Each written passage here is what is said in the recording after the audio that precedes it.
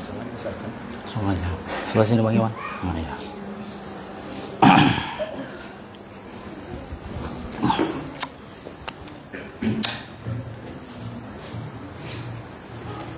A'udzu billahi minasyaitonir rajim. Bismillahirrahmanirrahim. Assalamualaikum warahmatullahi wabarakatuh. Ibu yang di luar dengar nggak nih? Bagusnya ibu masuk ke dalam kalau sempat, biar panas-panasan dikit cepat selesai ceramahnya. Kalau ibu nyaman kali nanti lama kali kita ceramahnya. Ya. Masuk ibu ke dalam kalau bisa, biar kita sama-sama bermuzakarah. Nah, ayo ibu masuk bu. Ya. Ya, biar rapat-rapat aja bu, biar kita kayak anak TK. Ya, masuk. Ya. Tak menyangka saya musola kita rame pak. Alhamdulillah. Kalau bisa kayak gini 5 waktu, nggak cuma tarawih Ramadan saja. Yakinlah kalau kita rame-rame ngisi musola serame ini, berkah ini turun dari jalur 2B. Tapi kalau yang ngisi tarawih cuma Ramadan aja, berkah Ramadan aja lah. Ya pemain inti di sini 11 orang, 1 imam, 1 muazin. Oke Bang Iwan. Ya. Bismillahirrahmanirrahim. Innal hamdalillah wa nasta'inuhu wa nastaghfiruh wa na'udzu billahi min syururi anfusina wa min sayyiati a'malina. May yahdihillahu fala mudilla lahu wa may yudlilhu fala hadiyalah. Alhamdulillahi rabbil alamin. Allahumma shalli wa sallim ala sayyidina Muhammad adada ma khalqika wa ridha nafsika wa zinata arsyika wa midada kalimatik. Yang sama-sama kami hormati dan muliakan seluruh jamaah masjid, seluruh jamaah musolah Al-Furqan. Ya Al-Furqan ya. Al-Furqan yang dirahmati oleh Allah. Semoga Bapak Ibu kita sama-sama bukan hanya di musolah, tapi sama-sama juga di surganya Allah dengan surga yang paling tertinggi berbarengan dengan Nabi. Amin.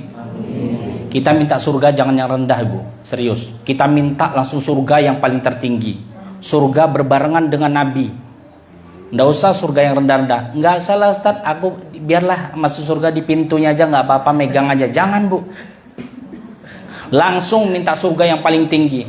Kalau ibu aja ditawari, Bu, ini ada mobil, 1 Ayla, 1 lagi Fortuner. Ibu mau mana? Gratis, pasti itu 100%. Semua milih Fortuner.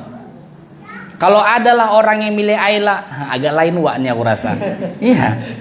Tapi orang pasti pengen yang tertinggi. Bonus di dunia saja kita pengen tertinggi, apalagi di akhirat. Jangan tanggung-tanggung, Bu. Nggak apa-apa lah Ustaz, amal saya rendah, saya puasa jarang, saya sholat apalagi seringnya di rumah, nggak di masjid. Minta langsung yang paling tertinggi. Jangan minta terendah. Itu triknya dari Imam Nawawi kalau kita pengen masuk surga Jannatun Naim. Tuh. Bapak Ibu yang dimuliakan oleh Allah, saya tidak akan lama-lama di sini Bu. Paling kita 15 menit, paling lama 20 menit. Kalau tema belum habis nanti 20 menit kita tutup. Karena setiap kita Bang akan mengadakan sholat tarawih lagi. Kita Bu harus cepat tidur. Karena ibu-ibu terutama besok nyiapin sahur. Kalau bapak-bapak kan enak tinggal bangun, ngelap ences, ngelap petai mata, ciki-ciki-cik. Sudut rokok dikit. Apa dek kira-kira dek yang dimakan dek? Itu bapak. Tapi kalau ibu bolak-balik dia menyiapkan macam-macam. Betul enggak Bu? Iya. Ini paling kencang bilang betulnya, berarti memang betul-betul iya nih Ibu nih, betul lah. Rencana bercanda rupanya memang betulan iya rupanya ya. Jadi Ibu yang dirahmati Allah, Bapak yang dirahmati Allah, abang-abang, kita fokus 15 menit atau enggak 20 menit. Semoga 15 dan 20 menit ini membawa perubahan kita di hadapan Allah dan kualitas ibadah kita makin baik. Amin ya robbal alamin. Ibu yang dimuliakan oleh Allah, wajiblah kita bersyukur kepada Allah karena banyaknya nikmat yang telah Allah berikan kepada kita. Nikmat yang sangat luas yang nggak bisa dihitung. Nikmat yang tiada bertepi, yang tidak berkesudahan. Pendeknya siapapun yang hadir di saat ini, itu pasti mendapatkan nikmat dari Allah. Tidak ada pernah lepas. Tidak ada satupun makhluk di dunia yang melata. Kita akan termasuk melata nih di muka bumi. Siapapun dia, apapun makhluknya, mau kuman sekalipun, mau amuba sekalipun, Itu nikmat dari Allah tidak pernah putus. Nikmat yang paling kita rasakan saat ini adalah nikmat hidup. Hidup ini Pak, Bu, barang penting. Karena dengan hidup apa yang kita miliki jadi berharga. Andai hidup dicabut sama Allah, apa yang kita usahakan akan hilang semuanya. Harta yang kita miliki, kaplingan yang ada, mobil yang mantap, rumah yang bagus, semua itu Pak akan berguna selama kita hidup. Tapi kalau sudah tidak hidup, meskipun pasangan kita cinta, pasti cepat-cepat kita dikubur. Mati Bapak pagi, paling lama itu sore dikebumikan, paling siang udah dikebumikan. Secinta apapun Bapak sama Ibu, secinta apapun Ibu sama Bapak, sama di dunia. Tiap hari kita, pasangan ini kita layani Ibu. Dia butuh makan, kita masakkan. Dia pakainya kotor, kita cucikan. Kebutuhan biologisnya kita penuhi. Meskipun kadang kita capek nih, udah tua nih kan banyak capek. Semua kita layanin untuk suami. Sayang betul kita sama suami. Kayak manapun perangnya suami, kita rela nerima. Rela aja nerima. Meskipun gak sesuai dengan apa yang kita harapkan. Meskipun kadang sama tetangga ngeselin suami kita. Tapi ketika suami sudah mati, begitu sayang kita sama suami, paling lama sore dikebumikan Bu. Paling siang udah dikebumikan. Ibu tapi sayang sama Bapak. Karena Ibu sayang sama Bapak, Bapak ini kan udah mati pagi nih. Gimana kalau besok dikebumikan? Enggak lah Ustaz, cepat aja kuburkan, takut nanti jadi hantu katanya. Jadi hantu katanya. Kalau enggak takut nanti Ustaz, nanti dilewati kucing hitam hidup lagi. Kan dulu ada film kayak gitu, dilewati kucing hitam hidup lagi. Mak kalau kayak gitu orang mati ambil aja kucing hitam Bu, lewati, oh langsung hidup lagi. Sesayang-sayang apapun istri kepada suami, kalau suami sudah mati cepat dikebumikan. Itu tandanya apa? Itulah harga kita di mata pasangan. Tapi Allah memberikan kita nikmat hidup, yang mana dengan nikmat hidup inilah kita masih bisa hidup di dunia ini. Andai nikmat hidup sudah dicabut sama Allah, maka apa yang kita punya dan kita usahakan akan kita tinggal Bang. Sesayang apapun pasangan sama kita, yakinlah, sayang kali Bapak sama Ibu, mati Bu, aku bertaruh setahun lagi udah bebedak kawan.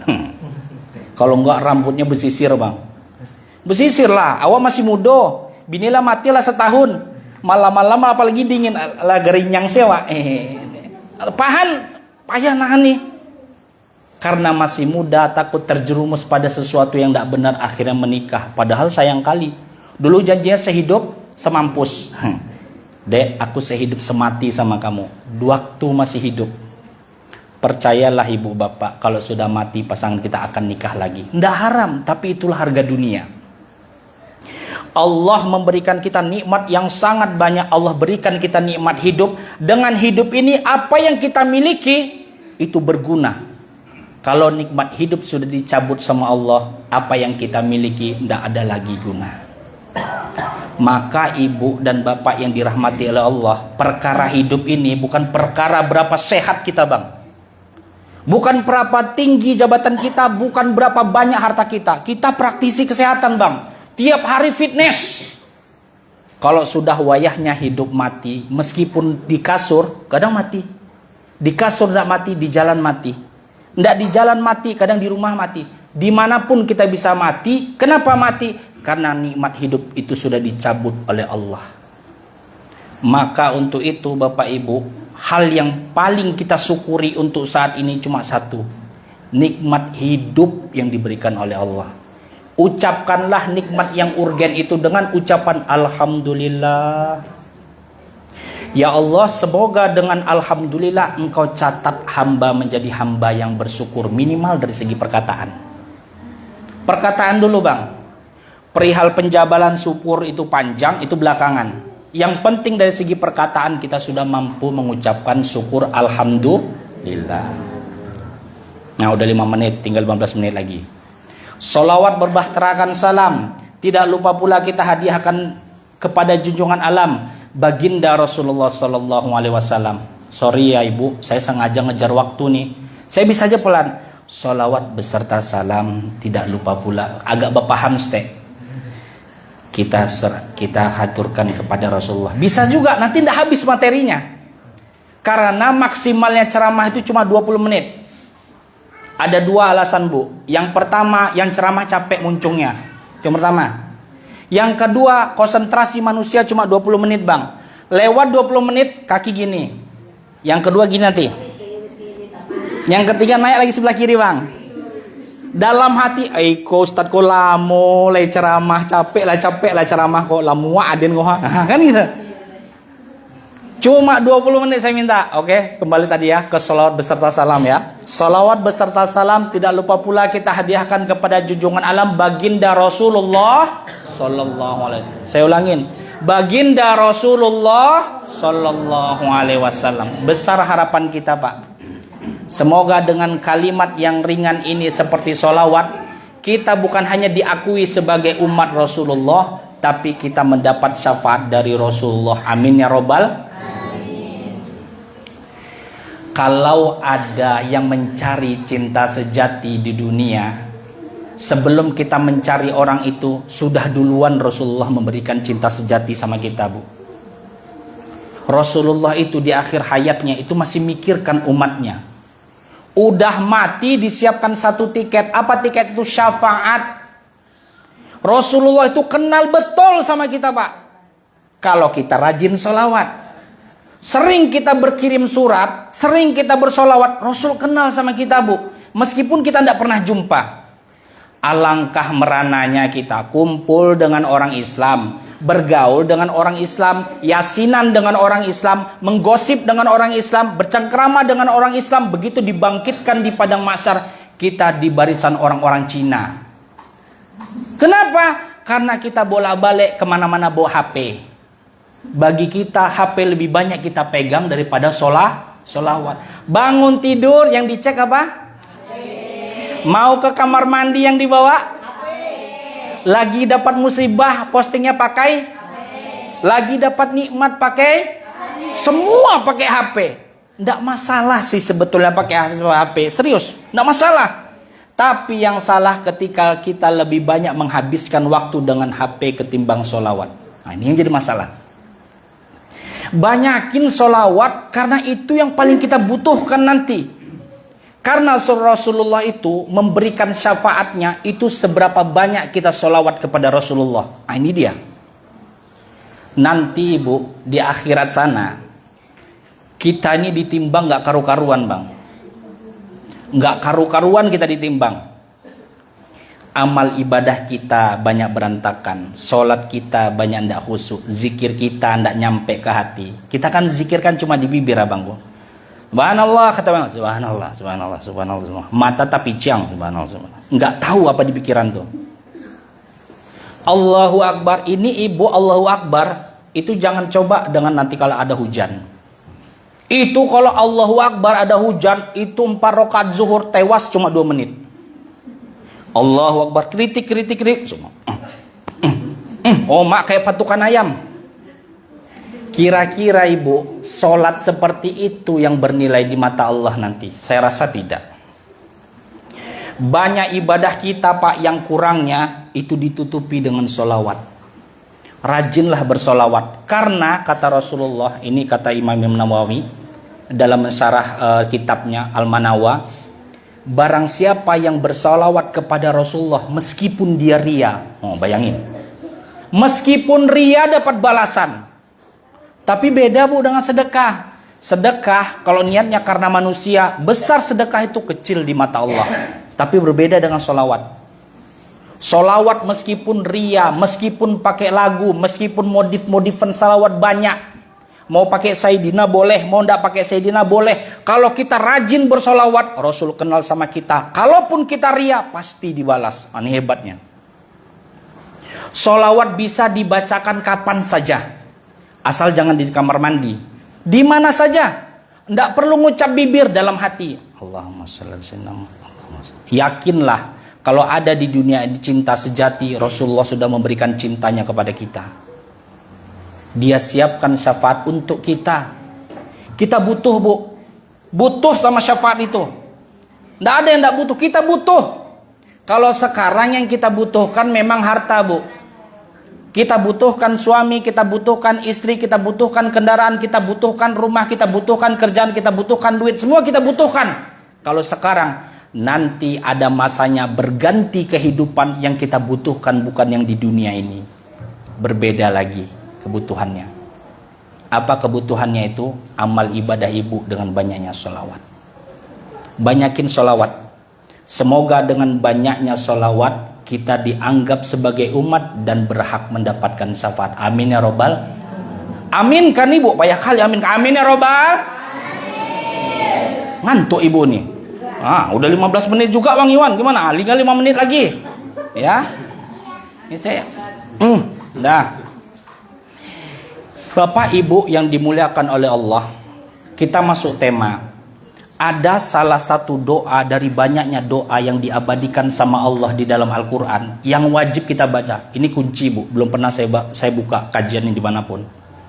Yang mana doa ini sangat penting. Kalau tidak penting gak Allah abadikan. Yang mana doa ini ada sesuatu yang membuat kita ini ibadah semakin mantap. Kalau kita baca doa ini ketika sholat akan timbul khusyuknya. Kalau sekarang yang main-main kan anak-anak Bu. Kalau sholat, kalau di Masjid Baitul Mu'minin lagi kalau ibu lihat. Macam-macam perangai anak-anak, serius. Allahu Akbar, saya lihat Bu, dia betul-betul. Tapi begitu kita udah takbir, Allahu Akbar, wah mulai main. Ada nanti diginikan korek hidungnya. Kan, dimasukkan. Ada lagi ruku, tahu ibu ruku, minta maaf.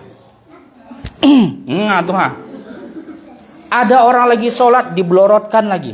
Diblorotkan sarungnya. Untung gak nampak loncengnya.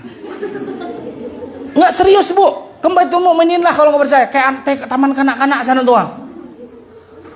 Anak kecil sekarang nih ini main-main Bu. Sebetulnya ibuku ya sayang, kita sama anak kecil nggak jauh beda. Anak kecil main-main dari segi fisik, kita main-main dari segi pikiran. Kalau kita sholat coba. Mungkin bacaan kita sholat Bang. Mungkin perangai kita, tindakan kita sholat. Tapi bagaimana dengan pikiran kita? Allahu Akbar. Hakul yakin pasti banyak yang blur. Kalau abang baca doa ini akan timbul khusyuknya. Kalau sedekah baca doa ini akan timbul ikhlasnya. Kalau doa ini bapak baca ketika lagi zikir, akan timbul niat kita ghirah, muhabbah kepada Allah yang turun ke hati, bukan hanya ke bibir. Apa doa itu Pak? Doa itu terdapat di surat Al-Mu'minun ayat 97 dan 98. Kata Allah di situ, wa qul rabbi a'udzubika min hamadatis syayatin wa a'udzubika rabbi ayyahdurun. 97 98 Al-Mu'minun. Wa qul rabbi, katakanlah kepada Tuhanmu. Ini Allah nih yang bilang, katakanlah kepada Tuhanmu, a'udzubika min hamadatis syayatin. Aku berlindung kepadamu ya Allah dari bisikan, dari godaan, dari arahan para setan-setan. Wa a'udzubika rabbi, dan aku berlindung kepadamu wahai Tuhanku, ayyahdurun, dari sesuatu kehadiran mereka ataupun dampak dari bisikannya. Jadi ada dua di sini kita minta perlindungan sama Allah. Yang pertama dari bisikan setan, yang kedua dari dampak yang ditimbulkan dari bisikan itu ataupun kehadirannya. Ada 3 substansi yang harus kita bahas di sini. Yang pertama Allah menggunakan kalimat syayatin. Kata Imam Nawawi, syayatin di sini bukan menunjukkan benda, tapi menunjukkan sifat. Jadi siapapun bisa memiliki sifat-sifat setan, bukan hanya jin, tapi manusia pun punya sifat setan. Orang bilang ada tuyul kepala hitam kan? Mana duit dicuri tuyul? Tuyul apa tuh? Tuyul kepala hitam. Itu maksudnya orang dicuri itu. Apa ciri-ciri setan? Ciri-ciri setan mengajak kepada keburukan, menghalang-halangi kepada kebaikan. Itu ciri-cirinya. Kalau ada bolak-balik teman kita menyuruh kita nyutil, bolak-balik teman kita menyuruh kita merokok pada kita puasa, setan lawak tuh.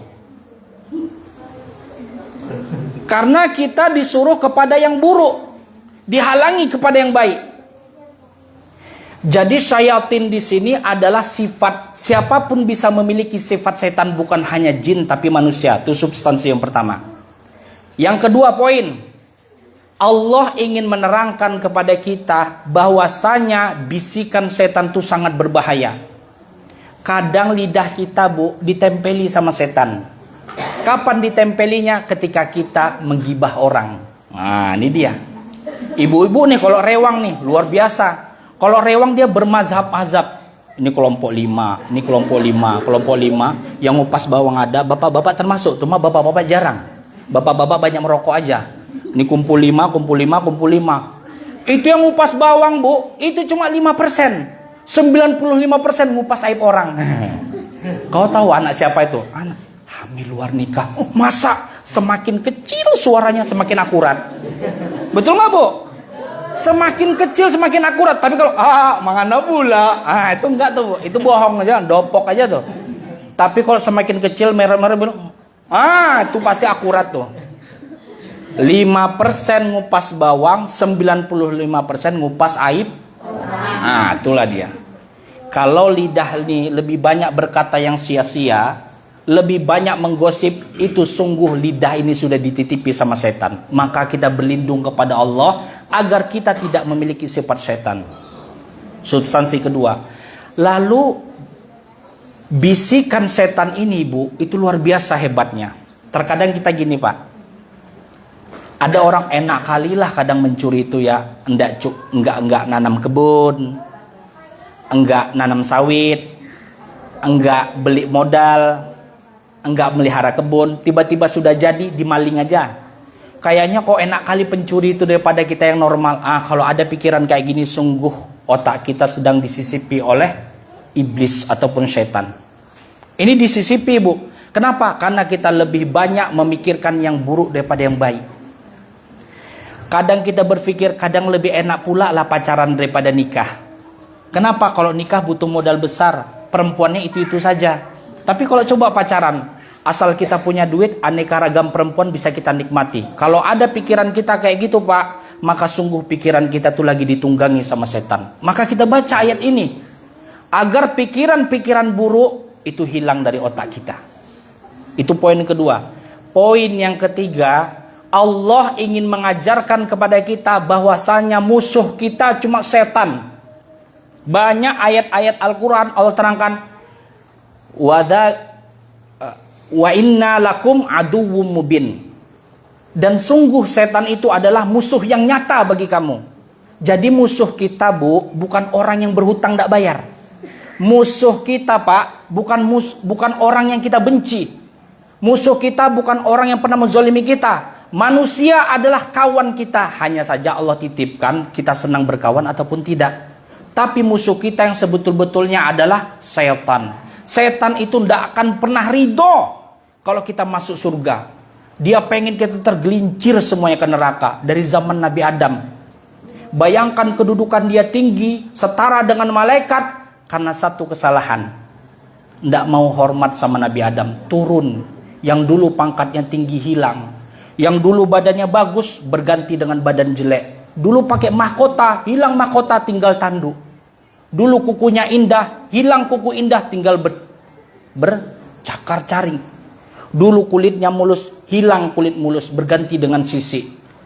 Dulu dimuliakan, sekarang dihinakan. Dulu masuk surga selamanya, dikeluarkan sama Allah, akan neraka selama-lamanya. Gimana nggak dendam dia kepada Nabi Adam alaihissalam?